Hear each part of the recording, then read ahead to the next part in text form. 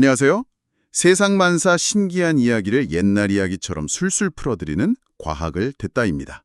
본격적인 이야기를 시작하기 전에 문득 궁금해지네요. 지금 우리 구독자께서는 따뜻한 아랫목에 계신가요? 아니면 볕 좋은 공원 벤치에 계신가요? 전국 팔도 어느 동네에서 이 방송을 듣고 계신지 댓글로 살짝 귀띔해 주시면 제가 그쪽을 향해 더 반갑게 인사를 올리겠습니다. 자, 그럼 오늘 이야기 보따리를 한번 풀어볼까요? 네, 아주 좋습니다. 오늘 제가 아주 기가 막힌 그 우주 살림살이에 대한 이야기를 하나 가득 짊어지고 왔습니다. 아이고, 우주 살림살이요. 기대가 아주 큽니다. 우리 어르신들 예전에 그 시골 마당 평상에 누워가지고 모기불 피워놓고 할머니 무릎 빼고 밤하늘 올려다보시던 기억 다들 한 번쯤은 있으시잖아요. 그럼요. 저도 어릴 적에 그 까만 하늘 보면서 참 신기해했던 기억이 생생합니다. 네네, 그 까만 밤하늘에 별들이 꼭 그 까만 포장장 위에 촤르륵 뿌려놓은 고소한 깨소금 같기도 하고요. 옛날 우리 선조들은 그 별들을 보면서 농사 지을 때를 알려주려고 하늘에서 누가 켰다 끄는 아주 작은 호롱불 정도로 생각하셨단 말이죠. 아, 맞습니다. 그냥 예쁘고 작은 호롱불인 줄 아셨을 겁니다. 그런데 이제 망원경이라는 물건이 발명되고 나서 우리 인류가 정말 까무러칠 만큼 큰 충격을 받게 됩니다. 충격이요? 어떤 충격이었을까요? 우리가 사는 이 지구가 우주의 중심이고 이 동네가 전부인 줄 알았거든요. 그런데 알고 보니까 우리 지구는 저 넓고 넓은 태평양 바다 한가운데 둥둥 떠있는 조각배, 아니 그 조각배 위에 올라탄 작은 개미 한 마리에 불과했던 겁니다. 태평양 한가운데 개미요? 야, 참, 내가 그렇게 작았나 싶어지네요. 를 알게 된 겁니다. 1700억 개요? 아니, 동네가 1700억 개나 했다고요? 그럼 아니, 선생님, 이렇게 엄청나게 넓은 우주에 진짜 우리만 산다면 그거 너무 아까운 일 아닙니까? 엄청난 공간 낭비 같은데요? 바로 그겁니다. 그래서 과학자들도 이 넓은 곳에 우리 이웃이 없을 리가 없다 이렇게 생각을 한 거죠. 그런데 문제가 하나 있습니다. 우주가 너무 넓어서 이웃집 문을 두드려 볼 수가 없는 거예요. 아하, 너무 멀어서 갈 수가 없군요. 그럼 이웃이 있는지 없는지 어떻게 알아냅니까? 우리 어르신들 깊은 산속에서 길을 잃었을 때 저 멀리 산속에 누가 사는지 안 사는지 어떻게 아시죠? 그야, 당연히 저 멀리서 굴뚝에 모락모락 연기가 피어오르는 걸 보면 아, 저기 밥 짓는 사람이 있구나 하고 알죠. 빙고, 맞습니다. 우주에서도 똑같습니다. 우주 이웃을 찾으려면 그 사람들이 쓰는 불기운, 그러니까 에너지를 얼마나 쓰고 있는지를 보면 되는 겁니다. 아, 우주의 굴뚝 연기를 찾는 거군요. 네네. 우리 인류 역사를 한번 돌아보시죠. 옛날에는 산에서 준 나뭇가지로 불을 피우다가 나중에는 까만 돌멩이, 그러니까 석탄을 뗐고요. 요즘은 땅속에서 뽑아올린 끈적끈적한 검은 물, 석유로 땔감을 엄청나게 늘려왔지 않습니까? 그렇죠. 때감이 점점 강력해졌죠. 그래서 옛날 구소련 시대에 카르다 쇼파라는 똑똑한 천문학자가 이런 생각을 한 겁니다. 우리가 어느 집안 살림살이 규모를 볼 때 한 달 전기세나 난방비 얼마나 내는지 보면 대충 알잖아요. 아, 그렇죠. 때감 많이 떼는 집이 큰 집이죠. 맞습니다. 그래서 우주 이웃들의 살림살이 수준도 딸감, 즉 에너지를 얼마나 쓰는지로 등급표를 매겨보자 해서 만든 게 바로 카르다쇼프 척도라는 겁니다. 야, 우주 이웃들의 살림살이 등급표. 말이 참 재밌습니다. 그럼 그 등급이 어떻게 나뉘나요? 이걸 설명하려면 우선 우리네 부뚜막 가마솥 이야기를 좀 해야 할 것 같습니다. 아, 가마솥이요. 어머니들이 밥 지으시던 그 아궁이와 가마솥 말씀이시죠? 네, 옛날에 아궁이에 장작불을 떼면 그 뜨거운 불기운 100개 중에 가마솥으로 제대로 들어가는 건 절반도 안 됩니다. 나머지는 다 시커먼 연기로 빠져나가고 밖으로 훅훅 열기가 새어나가서 낭비되잖아요. 맞아요. 아궁이 앞에 앉아있으면 얼굴만 뜨겁고 그 귀한 불기운이 밖으로 다 흩어지죠. 현대 자동차들도 가만 보면 똑같더라고요.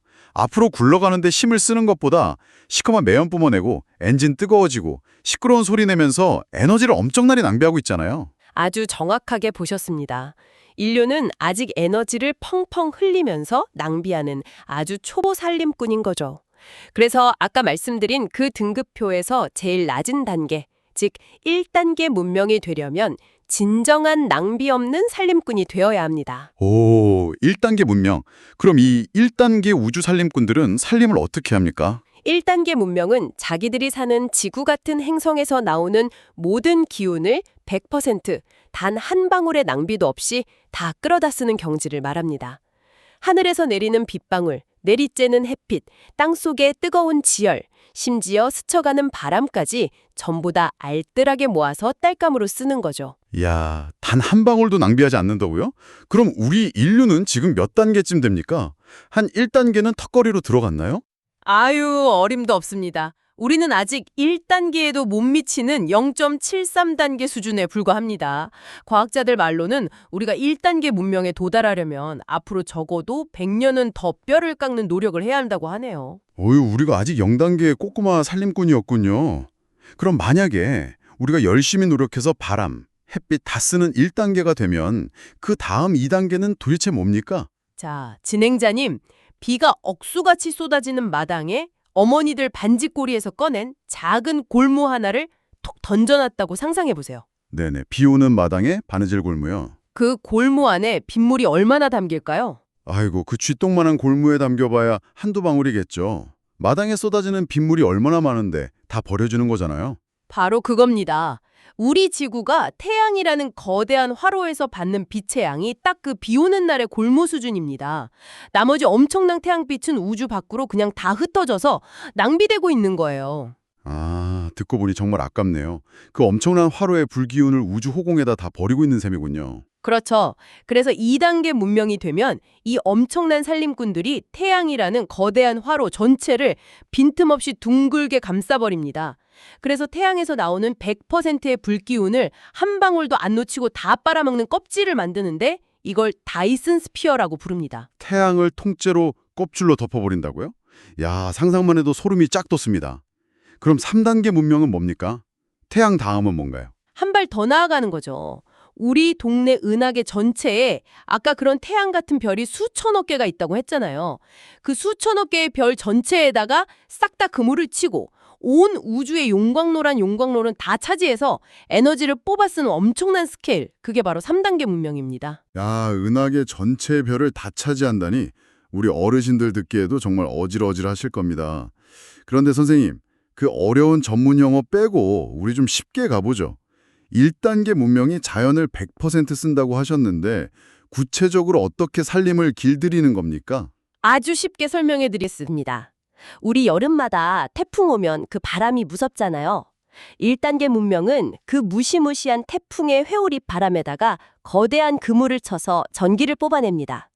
그리고 펄펄 끓는 화산 마그마 속에다가 가마솥을 아예 파묻어서 지열을 얻어내죠. 이런 걸 행성 제어 기술이라고 합니다. 태풍에 그물을 치고 화산에 가마솥을 묻는다. 참 직관적입니다. 거기다 더 대단한 마법이 있습니다. 바닷물 속에 아주 고약한 냄새가 나는 서로 절대 안 섞이려고 밀어내는 물방울 2개가 있다고 쳐보죠. 1단계 문명은 거대한 주먹으로 이 두 알갱이를 꽉 쥐어짜듯 억지로 뭉쳐버립니다. 그러면 거기서 태양빛 같은 엄청난 불꽃이 터져 나오는데 매연도 없고 찌꺼기도 안 남아요. 이걸 바로 핵융합이라고 부릅니다. 바닷물 속 알갱이를 꽉 쥐어짜서 불꽃을 맞는다. 야, 그것만 있으면 뭐 장작이나 연탄 걱정을 아예 평생 안 해도 되겠네요. 그렇죠. 그럼 이제 아까 태양을 통째로 덮어버린다는 2단계 문명으로 다시 가볼까요? 아, 네, 아까 제가 듣고 참 의문이 들었던 게 태양이라는 게 엄청나게 뜨거운 불덩어리잖아요. 달걀 껍데기처럼 그걸 덮는다고 하셨는데 덮으면 그 껍데기가 다 녹아서 줄줄 흘러내려버리지 않겠습니까? 아유, 아주 날카로운 질문이십니다. 그래서 진짜 단단한 껍질 하나로 덮는 게 아닙니다. 이 우주 거인들이 어떻게 하냐면 우주에 떠도는 죽은 돌덩어리 별들 있잖아요. 그걸 통째로 잡아다가 거대한 우주 맷돌에 넣고 드르륵 갈아버립니다. 별을 맷돌에 간다고요? 아이고. 네, 그렇게 별을 부숴서 수조개의 거대한 거울 조각으로 만듭니다. 그리고 그 수조개의 거울 조각들을 꿀벌떼가 여왕벌 감싸듯이 윙윙거리면서 태양 주변을 촘촘하게 에워싸서 빛을 모으는 겁니다. 이걸 다이슨 군단이라고 부르죠. 별을 부숴서 거울로 만들고 꿀벌떼처럼 태양을 감싼다. 아, 그렇게 하면 열에 녹지도 않고 불기운만 쏙쏙 빼먹을 수 있겠군요. 참 머리들도 좋습니다. 그럼 3단계 문명은 은하계를 다스린다고 하셨는데 이 사람들은 도대체 어디서 힘을 낚아채나요? 이 사람들은 우주에서 제일 무섭고 끔찍한 시커먼 하수구조차도 이용합니다. 바로 블랙홀이죠. 어휴, 블랙홀은 뭐든지 다 빨아들여서 없애버리는 무서운 수렁 같은 거 아닙니까? 맞습니다. 그런데 이 3단계의 무서운 솜씨를 한번 들어보세요. 한겨울 빙판길에서 자동차 바퀴가 미끄러지면서 팽팽 돌 때 그 회전하는 가장자리에 돌멩이를 비스듬히 쓱 던지면 어떻게 될까요? 그 도는 힘에 튕겨서 휙 하고 엄청난 속도로 날아가 버리겠죠. 맞습니다. 3단계 문명은 우주의 거대한 쓰레기들을 그 시커먼 블랙홀 하수구의 소용돌이 가장자리에 비스듬히 툭 던져 넣습니다. 그러면 그 블랙홀이 회전하는 엄청난 원심력 때문에 쓰레기가 들어가다가 반으로 쪼개지면서 나머지 반쪽이 상상을 초월하는 에너지를 품고 튕겨나오게 됩니다. 그 힘을 훔쳐 쓰는 거죠. 이걸 펠로즈 과정이라고 부릅니다. 쓰레기를 하수구에 던져서 그 튕겨나오는 힘을 쓴다? 야, 우주 거인들 살림살이 솜씨가 진짜 등골이 오싹할 정도네요. 에너지 규모가 상상을 초월합니다. 네. 지금 우리 인류가 한강물 전체를 단 1초 만에 펄펄 끓여버릴 수 있는 에너지를 쓴다고 치면요. 1단계 문명은 그거의 500배, 600배를 씁니다. 한강물을 1초 만에 끓이는데 그거의 600배요? 네, 그리고 2단계 문명은 거기에 또 100억 배를 곱해야 하고요. 3단계 문명은 또 거기에 100억 배를 곱해야 하는 아득한 숫자입니다. 1960년대 냉전 시대에 인간들이 고작 핵폭탄 몇 개 만들었다고 서로 으스댈 때 그 젊은 소련 천문학자 카르다쇼프가 우주에서 날아온 전파 신호를 계산하면서 이 엄청난 척도를 만들어낸 거죠. 야, 인간의 상상력이라는 게 참 끝이 없습니다. 그런데 선생님, 듣다 보니까 저도 모르게 아주 답답하고 화가 나는 질문이 하나 생깁니다. 어떤 질문이시죠? 아니, 그렇게 태풍에 금을 치고 별을 맷돌로 갈고 블랙홀에서 힘을 훔치는 대단한 우주 이웃들이 이렇게 많을 텐데 도대체 왜 우리 지구에는 한 번도 놀러 오질 않는 겁니까? 흔적조차 없잖아요. 드디어 이 이야기의 가장 무서운 핵심에 도달하셨군요. 이른바 페르미 역설이라는 겁니다. 가장 큰 이유는 지독한 우주의 거리 때문입니다. 우리 어르신들 타보신 KTX 기차 있죠? 시속 300km로 달리는 아주 빠른 기차요. 네네, 엄청 빠르죠. 서울서 부산까지 눈 깜짝할 새 가잖아요. 그 KTX를 타고 우리 태양계에서 가장 가까운 이웃별까지 쉬지 않고 달리면 시간이 얼마나 걸릴 것 같습니까? 글쎄요, 한 100년? 아니면 한 1000년 걸릴까요? 놀라지 마십시오. 무려 1,500만 년이 걸립니다. 네, 1500만 년이요? 아이고, 기차 안에서 다 늙어 죽고 뼈도 안 남겠네요. 게다가 빛의 속도 때문에 생기는 시간의 장난도 있습니다. 우주에서는 정보가 오는데 시간이 너무 오래 걸려서 마치 50년 전에 보낸 친구의 편지를 지금 당장 뜯어보는 것과 똑같거든요. 50년 전 편지. 그럼 제가 편지 읽을 때는 친구는 이미 할아버지가 되어 있겠네요. 그렇죠. 만약 저 멀리 있는 외계인이 아주 성능 좋은 망원경으로 지금 우리 지구를 내려다보고 있다고 해도 그들 눈에 보이는 건 스마트폰을 쓰는 우리가 아니라 돌도끼 들고 맘모스 사냥하러 다니는 우리 원시인 조상들의 모습만 보일 겁니다. 빛이 거기까지 가는데 시간이 너무 오래 걸리니까요. 참, 우주가 넓다는 게 이렇게 야속한 거군요. 그럼 거리가 멀어서 못 온다는 건 이해가 가는데 그래도 흔적 같은 건 있어야 하는 거 아닙니까? 네. 그래서 1950년대에 미국의 한 천재과학자 엔리코 페르미가 동료들이랑 점심밥을 먹다가 이 똑같은 생각을 하고는 갑자기 숟가락을 탁 던지면서 화를 냈다고 합니다. 아니 도대체 그놈의 이웃들은 다 어디 숨어 있는 거야? 하고요. 천재 과학자도 답답하긴 매한가지였군요. 네. 그래서 나중에 동네 이장님이 집집마다 숟가락 개수 세듯이 이 우주의 문명이 몇 개나 될까 계산을 해본 드레이크 방정식이라는 것도 나왔죠. 그런데 그렇게 계산을 해봐도 문명이 넘쳐나야 정상인데 흔적이 아예 없다는 겁니다. 그래서 나온 게 뼈아픈 경고, 바로 대여곽이라는 이론입니다. 대여곽이요? 걸음망 같은 건가요? 네, 커피 거름망처럼 문명을 싹 걸러버린다는 뜻입니다. 지식과 기술은 엄청나게 발전해서 막강한 힘을 가졌는데 정작 그 힘을 통제할 지혜가 없어서 우주 거인들이 스스로 만들어낸 핵폭탄 같은 무기로 자기들끼리 싸우다 멸망해버렸을지도 모른다는 거죠. 아이고, 그 엄청난 힘으로 남을 돕는 게 아니라 자기 무덤을 팠다는 거네요. 맞습니다. 그래서 우주 생물학자들은 밤하늘을 보면서 고민합니다. 저 넓은 우주가 생명체들이 태어나는 평화로운 요람일까? 아니면 스스로를 파괴해버린 문명들의 텅 빈 거대한 공동묘지일까? 하고요. 철렁하게 만드네요. 광활한 우주 이야기를 듣다 보니까 우리 어르신들도 그러시겠지만 참 헛헛한 마음이 듭니다. 이 1700억 개의 은하 앞에서 고작 70년, 80년 사는 우리 인생이 꼭 한낱 모래알처럼 하찮게 느껴지기도 하고요. 아이고, 절대 그렇게 생각하실 필요 없습니다. 구독자님, 지금 이 방송 들으시면서 본인의 두 손을 한번 가만히 내려다 보시겠어요? 제 손이요? 굵은 마디와 주름진 손등, 뭐 평범한 손인데요. 그 손등 아래 흐르는 피 속에 쇳가루, 즉 철분이 들어있고 뼈 속에는 칼슘이 들어있죠. 그 귀한 재료들이 도대체 어디서 온 줄 아십니까? 글쎄요, 멸치나 시금치 먹어서 생긴 거 아닌가요? 그 멸치와 시금치에 들어간 철분과 칼슘의 원래 고향 말입니다. 까마득한 옛날 우주에 떠있던 거대한 별들이 자기 뱃속에 엄청난 용광로에서 그 철분과 칼슘을 수십억 년 동안 정성껏 빚어낸 겁니다. 그리고 죽음의 순간에 쾅 하고 폭발하면서 우주 사방으로 자기 몸을 흩뿌렸죠.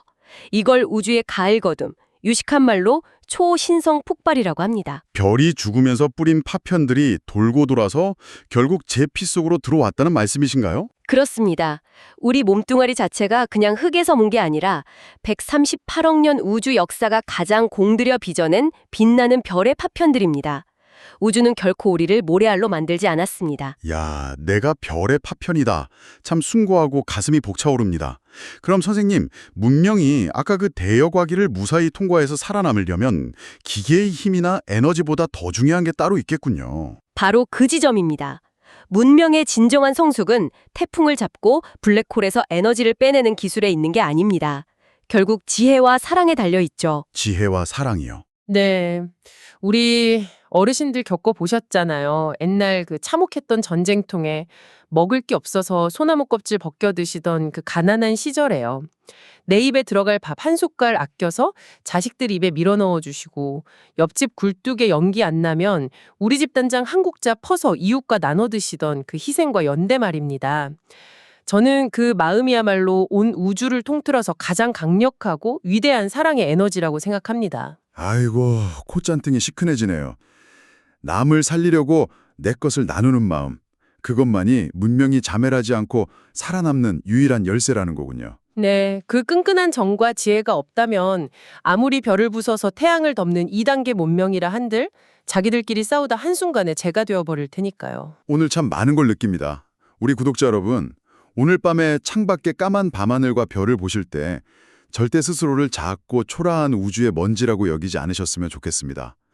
여러분 한 분 한 분이 모두 이 13억 8천년 우주의 기적이자 눈부신 별의 조각들이십니다. 맞습니다. 절대 잊지 마시고요. 자, 그럼 오늘 방송을 마무리하면서 우리 어르신들께 생각거리 하나를 살짝 던져드리고 싶습니다. 내일 아침에 사랑하는 손주들이나 자식들 먹이시려고 냄비에 보글보글 맛있는 된장찌개를 끓이실 때 말이죠.